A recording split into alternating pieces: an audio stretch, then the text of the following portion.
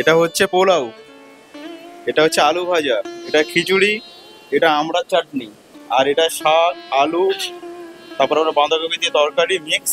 তেল পুরো ফ্রেশ, আমাদের কোনো ময়লা তেলে কোনো রান্না হয় না এখানে, সব ফ্রেশ তেল, ফ্রেশ। ফোন করে যদি বুক করতে পারে বুক করতে পারবে, কিন্তু সঙ্গে সঙ্গে পেমেন্টও করে দিতে হবে অনলাইন। এই মন্দিরটা একেবারে দক্ষিণেশ্বর মন্দিরের পাশেই বলা যায়। ঠাকুর রামকৃষ্ণ যেই মন্দিরে থাকতেন সেই মন্দিরে আপনাদেরকে আমি নিয়ে এসেছি আজকে। তো এই মন্দিরে কিন্তু 100 টাকা ডোনেশন দিয়ে আপনি পেট ভরে কিন্তু প্রসাদ খেতে পারেন। আপনি যদি এখানে বাসে চড়ে আসতে চান, আপনি এখানে বাসে চড়েও আসতে পারবেন।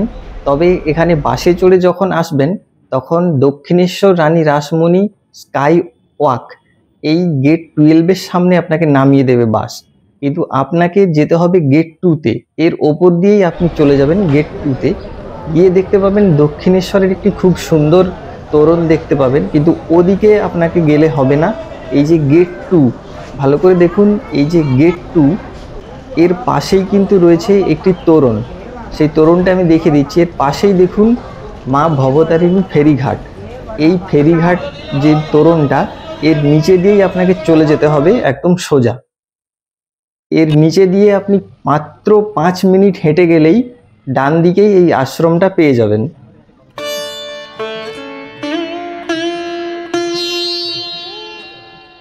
মাত্র 5 মিনিট হেঁটে আপনি একদম রাস্তার ডান সাইডেই এই আশ্রম দেখতে পাবেন। ফাইনালি আমি কিন্তু এই আশ্রমের সামনেই চলে এসেছি। এই যে এখানে লেখা রয়েছে সিস্টার নিবেদিতা চিলড্রেন্স হোম, এটা সম্ভবত এখানে একটা স্কুল রয়েছে, সে স্কুলের নাম। আর ওই যে দূরেই রয়েছে সেই আশ্রম বা মন্দির। আর ভোগ প্রসাদের কুপনটা এখান থেকে সংগ্রহ করতে হয়।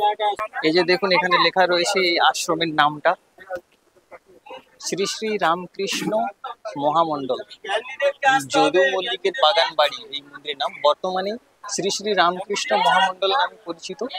যদু মল্লিকের বাগান বাড়ি নামে অনেকেই চেনে এই জায়গাটা। এই যে এখানে দাদা বসে রয়েছেন, টাইম কি রয়েছে প্রসাদের সমস্ত কিছুই জানতে পারবো। ভোগের প্রসাদ 12:30 থেকে শুরু হয়। ডোনেশন হিসাবে আমরা 100 টাকা করে নিই। 10 রকমের আইটেম থাকে, 3:30 পর্যন্ত খাওয়ানো হয়। পার্সেল নিলে এক্সট্রা 30 টাকা দিতে হবে। 9টা থেকে কুপন দেওয়া শুরু হয়, লাস্ট 2:30 পর্যন্ত। যত সময় আমাদের কুপনটা থাকবে তত সময়, আমাদের একটা লিমিট থাকে তার মধ্যে। মন্দিরের সামনে প্রবেশ করেই দেখতে পেলাম মেন গেটের সামনে অতিরিক্ত কোলাহল এবং ভীষণ পরিমাণে ভিড়। কারণটা জানার চেষ্টা করলাম। এই দাদা 125 জন লোককে খাওয়াচ্ছে, ঠিক আছে? তা ওনার ইচ্ছা আছে গরিব মানুষদের খাওয়াবে, ওই জন্য উনি কুপনগুলি করছে সবাইকে আপনাদেরকে পুরোটাই দেখাচ্ছি, চলুন ভেতরে যাওয়া যাক। এই যে আশ্রমের মেন গেট, এর পাশেই মেন গেট দিয়ে প্রবেশ করার সাথে সাথেই আপনারা দেখতে পাবেন একটা অনুষ্ঠান মঞ্চ। এটা হলো সেই মন্দির। এই মন্দিরটা প্রায় 500 বছরের পুরানো। মন্দিরের সামনে এবং চারপাশের পরিবেশ অত্যন্ত সুন্দর, প্রকৃতির কোলে যেন সবুজ চাদর বেছানো রয়েছে। খুব সুন্দর সুন্দর গাছ রয়েছে, খুব সুন্দর সুন্দর বাগানের মতো চারপাশের পরিবেশটা দেখে একদম মন ভরে যায়। চলুন মন্দিরে গিয়ে মন্দিরের গর্ভগৃহ দর্শন করি এবং আপনাদেরকেও মন্দিরটা দেখাই।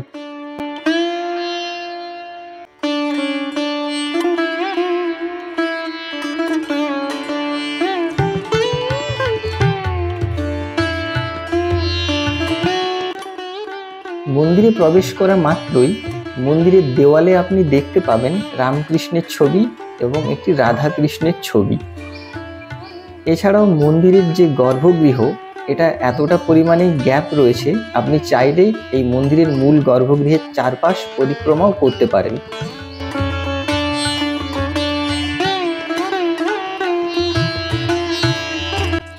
মন্দিরের মূল গর্ভগৃহে রয়েছে শ্রী শ্রী ঠাকুর রামকৃষ্ণের একটি সুন্দর বিগ্রহ, মাতা সারদা দেবী এবং স্বামীজির ছবিও এখানে রয়েছে। আমিও কিন্তু এই ভোগের কুপন নিয়ে নিয়েছি। মাত্র 100 টাকা ডোনেশন দিয়ে এই কুপনটা পাওয়া যায়। আর হ্যাঁ, পেট ভরে কিন্তু এখানে ভোগ প্রসাদও পাওয়া যায়। বাড়ির জন্য এখানে পার্সেলেরও ব্যবস্থা রয়েছে। দেখুন এই মন্দিরের পাশাপাশি এখানে মাদার মেরির একটি কক্ষও রয়েছে। এর মানে এটাই বোঝানো হয়েছে ঠাকুরের কাছে সবাই সমান। ঠাকুর রামকৃষ্ণদেব সমস্ত ধর্মকেই সমান চোখে দেখতেন, তার প্রমাণ আমি আপনাদেরকে দেখাচ্ছি।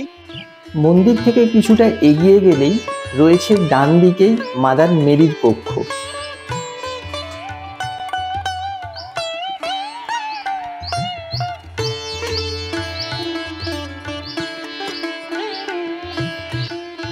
এই গেটটা দিয়ে প্রবেশ করা মাত্রই দেখলাম এখানে একটি স্কুল রয়েছে, যার নাম সিস্টার নিবেদিতা চিলড্রেন্স হোম, যেটা আমি আপনাদেরকে আগেই দেখিয়েছিলাম। স্কুলের নিচের একটি রুমেই রয়েছে মাদার মেরির কক্ষ। চলুন মাদার মেরির কক্ষে প্রবেশ করা যাক।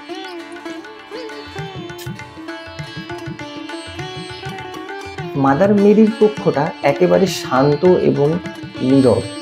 মাদার মেরির কক্ষে প্রবেশ করেই আপনি দেখতে পাবেন যীশু খ্রিস্ট এবং মাতা মেরির একটি ছবি, যেটা ছিল ঠাকুর রামকৃষ্ণের অত্যন্ত প্রিয় একটি ছবি।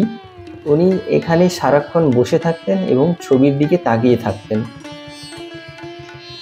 যদি একটু ভালো করে ওপরের দিকে দেখেন তাহলে দেখতে পাবেন ঠাকুরের নামাজ পড়ার সেই ছবিটিও এখানে রয়েছে।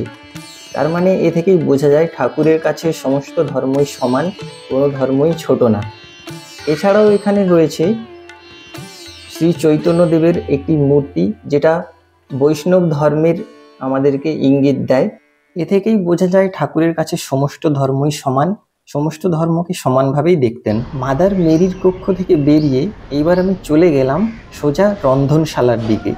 এখানে একসাথে 25 জন মানুষ বসে ভোগ প্রসাদ গ্রহণ করতে পারে। রন্ধনশালাতে প্রবেশ করে দেখলাম এখানে বিভিন্ন রকমের অত্যন্ত সুস্বাদু পদ রান্না চলছে। সমস্ত রান্নার কি নাম সেটা ঠিক বুঝতে না পেরে আমি এখানে জিজ্ঞাসা করলাম।